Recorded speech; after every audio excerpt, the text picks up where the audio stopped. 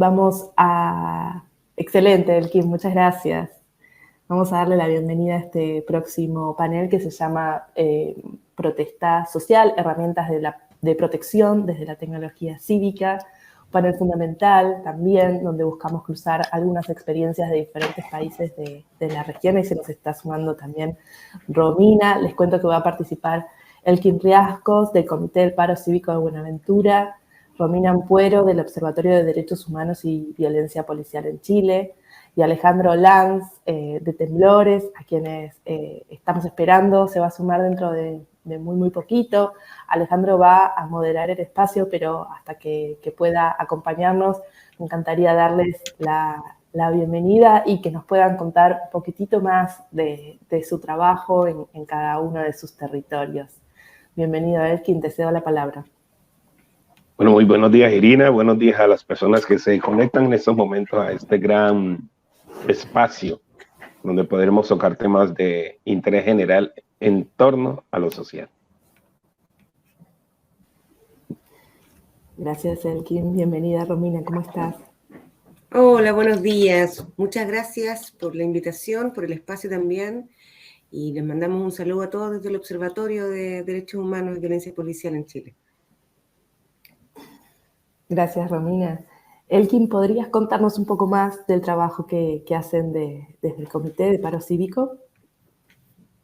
Vale, muy bien. El Movimiento Social Paro Cívico de Buenaventura, para vivir con dignidad y en paz en el territorio, hoy podemos considerarlo como una plataforma donde diferentes organizaciones, líderes y lideresas, nos montamos en ella y desarrollamos de manera conjunta una mejora global de las necesidades que Buenaventura tiene y ha tenido por muchos años, pero que ahora se encuentran resumidas en algo que nosotros le llamamos, bueno, estuvo en un primer momento en una cosa que se llama la matriz de los acuerdos, pero la semana antepasada pudimos ya aprobar el PIEDB, que se llama Plan Integral Especial para el Desarrollo de Buenaventura, un plan que él nace de la necesidad de tener una estructura bien montada para poder dar solución a los problemas estructurales de Buenaventura.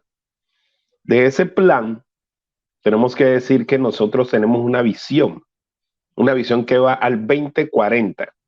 Eso es una visión que podríamos decir que es como la fotografía en la que todos queremos salir, en la que todos nos vemos reflejados.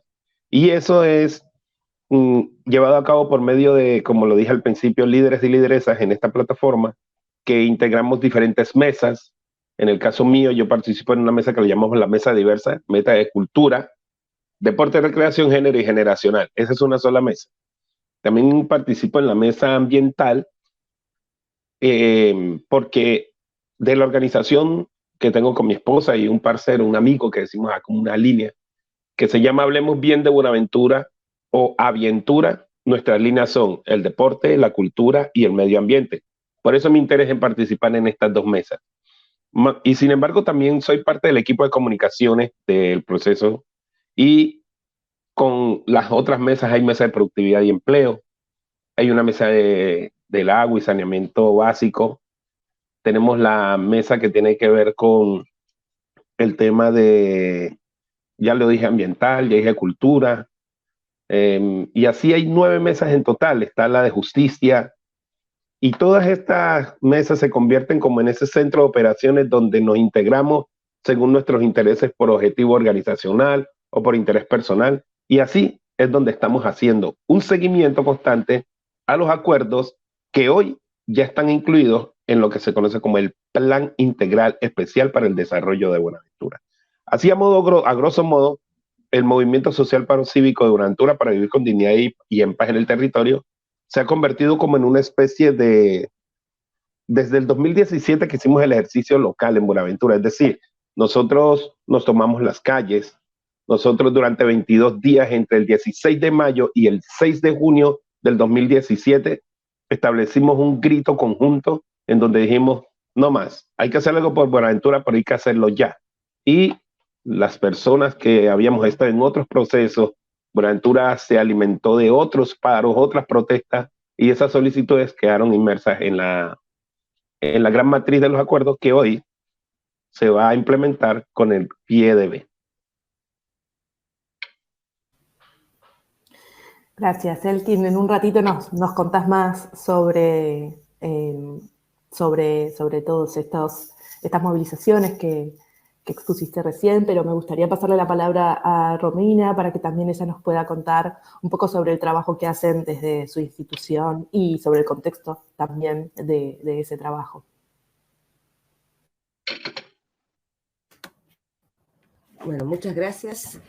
Desde el observatorio, en realidad venimos trabajando de manera voluntaria, es una organización jurídica de derecho privado sin fines de lucro, y desde el año, bueno, la verdad es que nace muy post estallido social o revuelta, como también se le ha llamado en otras oportunidades, como una especie de trabajo conjunto que se realiza tanto territorialmente y de manera jurídica. Tiene 3 grandes, digámoslo, departamentos o áreas de trabajo que implican el desarrollo de la observación en terreno, de las protestas, las manifestaciones, de alguna manera también la toma de registro de esos momentos, la participación e intervención en algunos procesos judiciales que están vinculados a temas de violaciones de derechos humanos, y por otro lado, de alguna manera, abordar las temáticas desde la contingencia y siempre vinculado a derechos humanos en términos de formación y difusión de la materia. Eso es más o menos como un panorama general del trabajo del observatorio. Romina, ¿y podrías contarnos un poco cuáles son estos riesgos que han visibilizado relacionados a la protesta social en los últimos años? La verdad que el escenario en relación a la protesta social, las manifestaciones, ha sido bastante compleja desde la vuelta a la democracia. De alguna manera se generó un escenario, estamos hablando de los años 90, donde se institucionaliza un poco la figura de la protesta. Eso por una parte, y por otro lado, la consecuente criminalización de la protesta. Ahora, por supuesto, dado lo que sucedió en toda la región, no solamente en Chile desde el 2019, hay que recordar que varios países se mantuvieron en un momento de agitación y con un desarrollo de crisis sociales, políticas internas bastante duras. Claro, nos encuentra nosotros en Chile en un escenario en que esto se intensifica, pues, por lo tanto, los riesgos físicos, por supuesto psicológicos, o sea, de alguna manera trajo muy malos recuerdos de lo que había sido un proceso pasado en términos de cómo se genera cierta violencia contra las personas que se están manifestando. Tenemos lamentablemente un saldo de bastantes cientos de personas que fueron afectadas por la violencia en las manifestaciones. Por supuesto, no podemos olvidar los casos de mutilación ocular, que fueron bastante graves, y por lo demás, en ese sentido, Chile fue una especie de ejemplo que se fue replicando para las policías y para los organismos represivos. Por tanto, riesgos, la verdad que tenemos un saldo bastante en contra.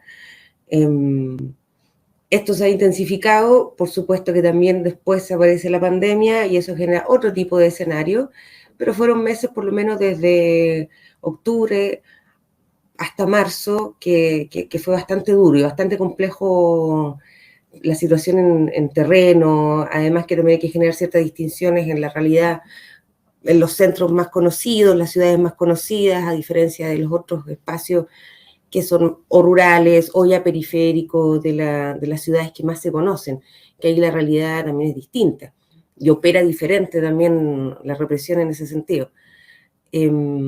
Así que la verdad que es un escenario complicado, y por eso también es importante siempre mantener cierta comunicación y poder ir informando. Yo creo que fue una herramienta bastante importante el tema de informar tanto los derechos de los ciudadanos, los derechos de las personas, poder reafirmar también la idea de que la protesta social es un derecho, la manifestación es un derecho, tratar de contrarrestar el discurso de criminalización de la protesta.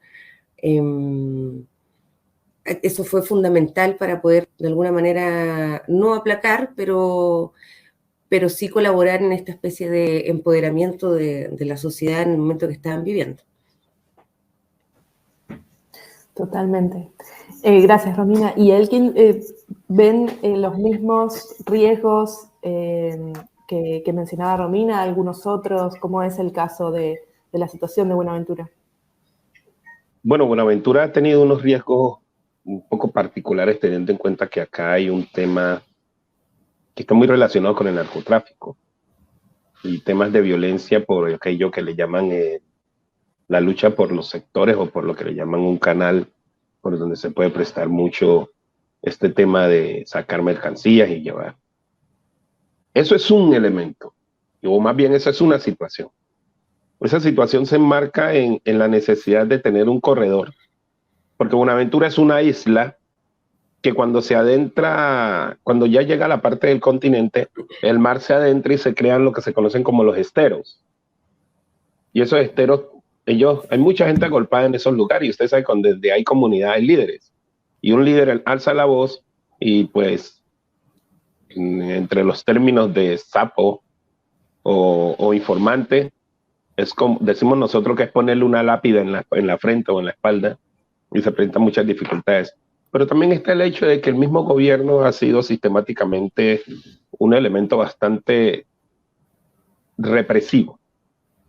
En Buenaventura, muchas personas hoy hablan de cómo Buenaventura ha hecho un ejercicio de protesta, pero apuntándoles hacia la gobernanza. Y siempre hablamos de no individualizar a nadie, sino siempre hacerlo grupal, en equipo, en grupo, haciéndole una minga, una gavilla que decimos nosotros acá. Y esas dificultades como las que presentaba la compañera Romina, yo creo que esos son factores comunes en todo el territorio colombiano. Y me atrevería a decir, no tengo conocimiento de otros lugares, pero recuerdo que una vez entrevisté a Boaventura de Souza, y que es un pensador brasilero. Y resulta que él me decía que era curioso cómo nosotros lo que habíamos hecho no habíamos tenido, voy a colocarlo entre comillas, más bajas. Que aquí en Colombia eso es líder que habla, líder que lo callan. Y callarlo significa asesinarlo. Entonces él decía, curioso lo que ustedes han hecho. Y desde que supe de ustedes, quise venir para acá para entender qué era lo que habían hecho, cómo lo habían hecho. Le dijimos, acá pensamos una cosa, dejamos a un lado las diferencias, porque hay diferencias. Usted sabe que donde hay personas que es independiente de pensamiento, a veces con los egos, los procesos caen y los procesos no avanzan, pero se logró dejar la diferencia. Buenaventura hizo el 21 de mayo del 2017 una caminata, una marcha, que desde donde se veía que salía hasta donde llegaba era un río de gente. Y lo digo porque yo llegué hasta el punto final y me regresé porque andaba con unos chicos. Y cuando volví durante todo el camino desde donde había llegado, que había gente, hasta donde llegué, era que arrancaban, siempre hubo mucha gente. Se calculó una salida de creo que por ahí unos... No, yo no voy a dar una cifra para no caer en un error, pero solamente sepamos que era un río de gente. Entonces, ese tipo de acciones empezaron a generar lo que nosotros le llamamos un efecto dominó o el efecto bola de nieve. Se fue creciendo, se fue creciendo, se fue creciendo. Hoy han solicitado la presencia de, por ejemplo, el comité ejecutivo del movimiento cívico en diferentes espacios, como por ejemplo los de los indígenas que tanto hacen su proceso de protesta. Y esa protesta en Colombia ha cambiado. Y con el actual gobierno, el gobierno de Gustavo Petro, que no creo que haya existido un líder social o una organización social defensora de derechos que no haya votado por él. Porque es que nos vimos identificados en eso. Entonces, toda esa gama de cosas y factores y elementos son como diferentes variables de una misma ecuación que no se despeja fácilmente cuando no se tiene un gobierno amigo o uno no juega según los intereses particulares de otros. Porque si hay algo que he aprendido, y se lo aprendí a Alexander López Maya, con el que tuve el gusto de trabajar durante mucho tiempo, un actual senador de la República, y él decía, Maquiver, los líderes no tenemos vacaciones. Los líderes no vamos de farra como van los otros. Nuestra mayor alegría es generada por el lograr crear un gran toldo que cobije a todo. Y ese gran toldo incluso cobija y protege principalmente la vida, pero no cualquier vida, una vida digna.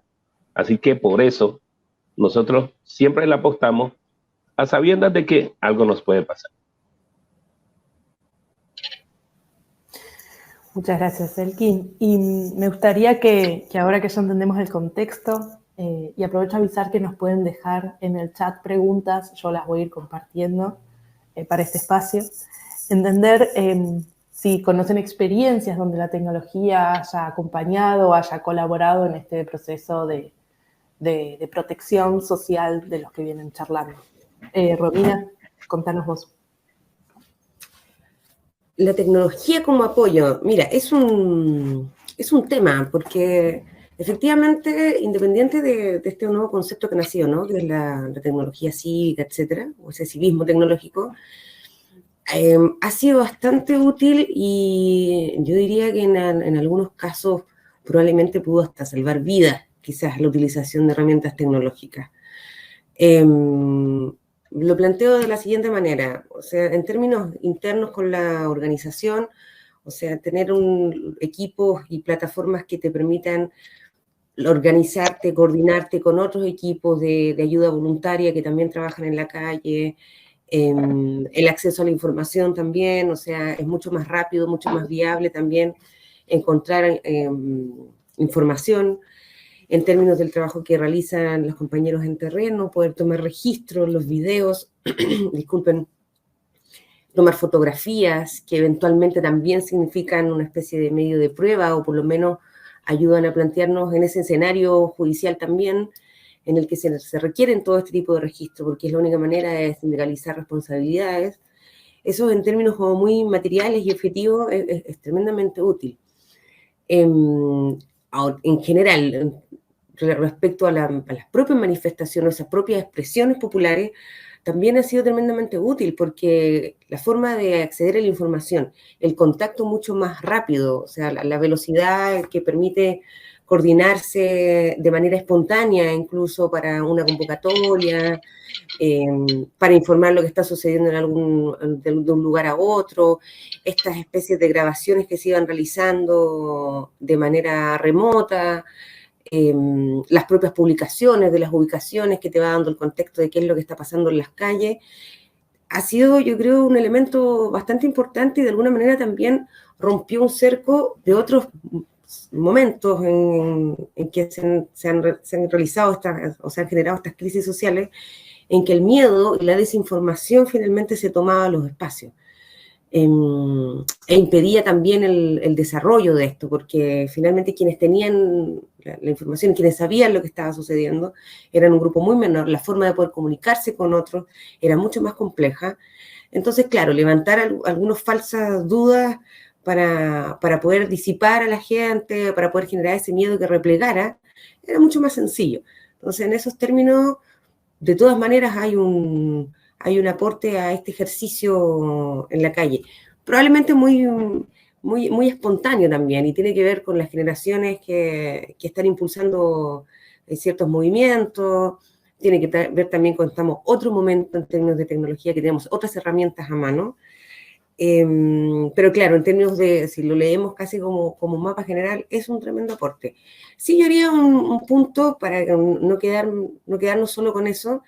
Por lo menos lo que sucedía acá en Chile, las ciudades más conocidas, los centros cívicos, donde había manifestaciones muy grandes, sí encontrábamos una falla y había una situación que era complicada con las comunicaciones, porque también puede haber sido por problemas con las compañías de teléfono, o derechamente también tenía que ver con cómo se estaba controlando el territorio, pero se cortaban las señales de los celulares, por ejemplo. Entonces, claro, por un lado entendemos que hay un avance y que son herramientas tremendamente útiles que permiten coordinarse, pero por otro lado, o sea, sigue requiriéndose de alguna manera estrategias un poco más análogas, si queremos llamarlo así. Por ejemplo, las personas que están en terreno, el celular no era una herramienta que necesariamente era infalible, por tanto tenían que usar unos radiotransmisores para ellos realmente poder mantener la comunicación.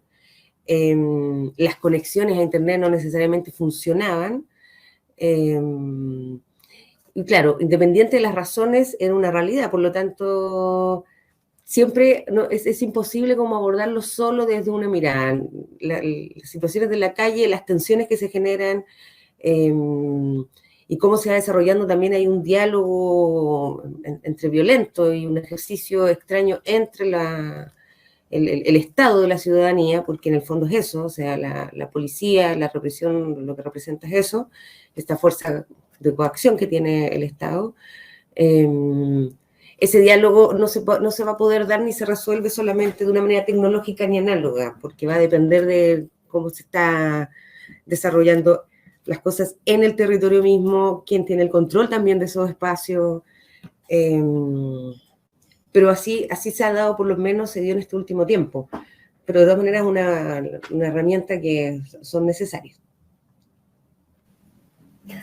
Totalmente, Romina. Sabes que desde Wingo acompañamos a algunas iniciativas a que puedan implementar tecnología y siempre charlamos esto, ¿no? O sea, la tecnología entendiendo sus implicancias, claro, entendiendo cuáles son las oportunidades y los desafíos, entendiendo que expone, que hay lugares donde no hay conectividad, que hay lugares donde nos pone más débiles también. Entonces, ¿de qué manera podemos entender a la tecnología como algo que apoya, acompaña y en qué momento, ¿no? Hay muchas plataformas que tienen buenos resultados. Bueno, Alejandro finalmente no se nos va a poder sumar porque está con un problema de salud, pero Temblores desarrolla esta plataforma que se llama Grita, que lleva adelante el registro de sucesos, de situaciones como las que venimos charlando, y entonces permite ver un poco más amplio qué es lo que está pasando, ¿no? Con esas protestas. Claro. Y que no se individualice una situación, sino que se entienda bien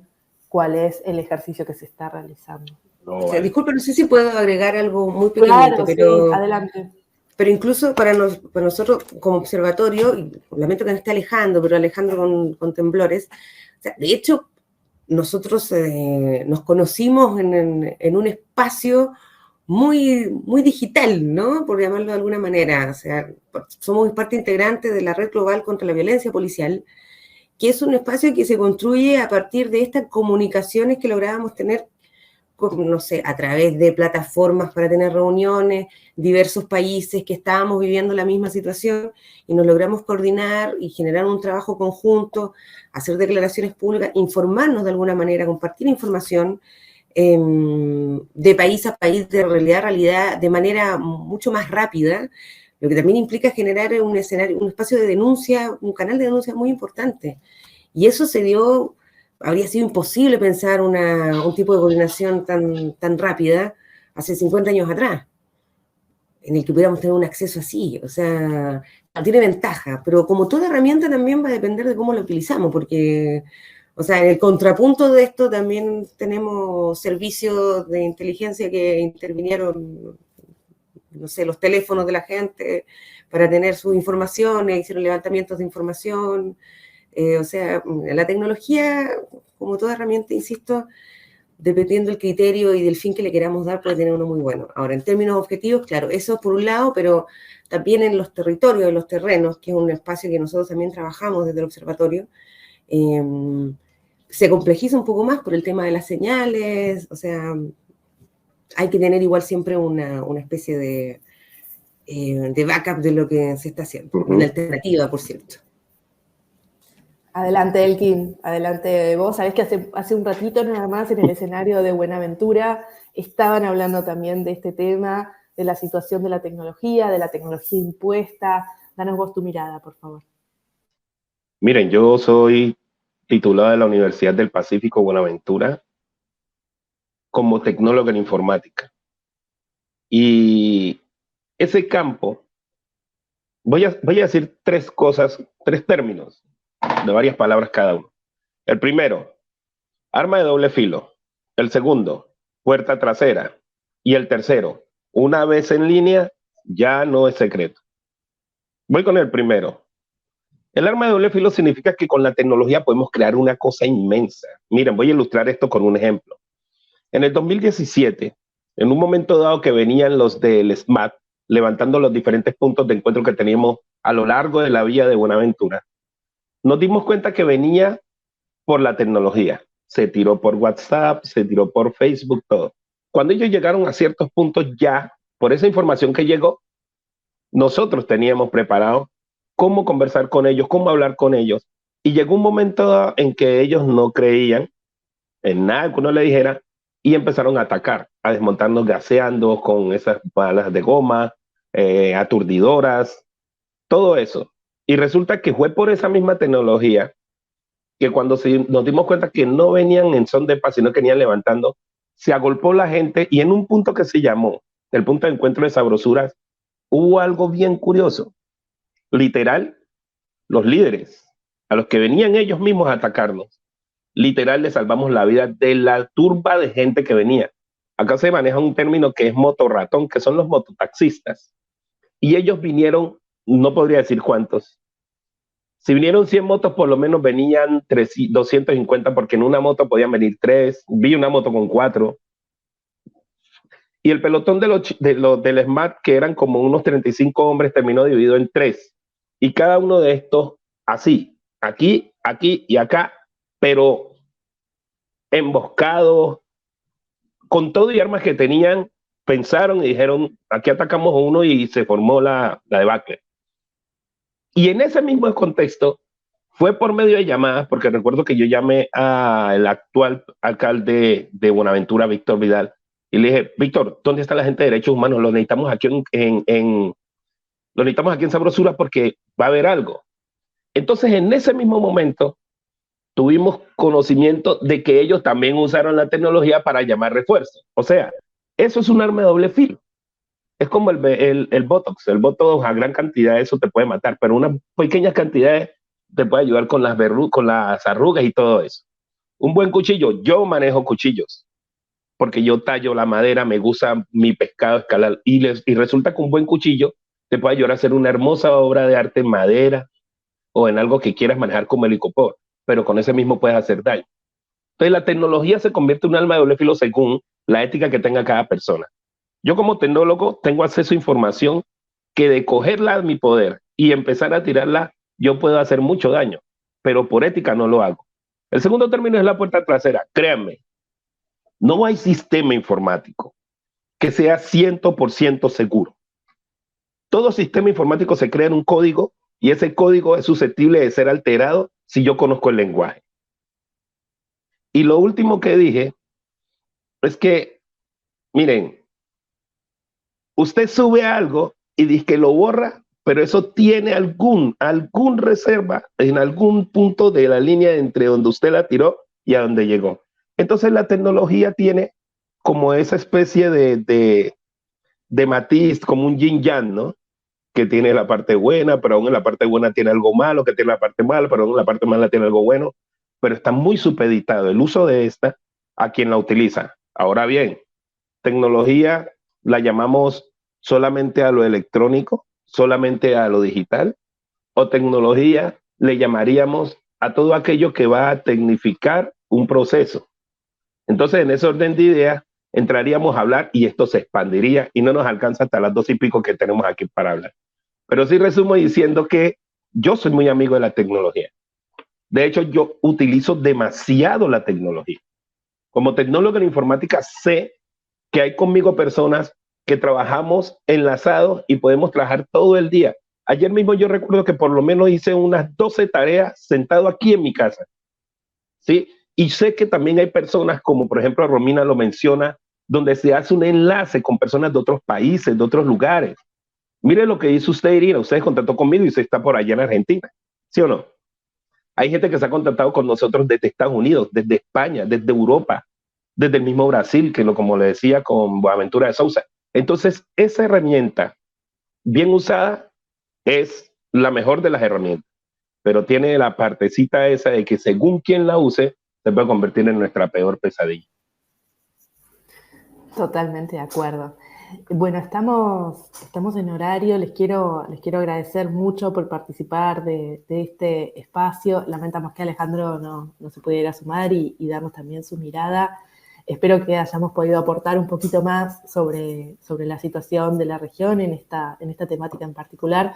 Gracias, Romina. Gracias, Elkin. Un placer conocerlos y que hayan estado aquí.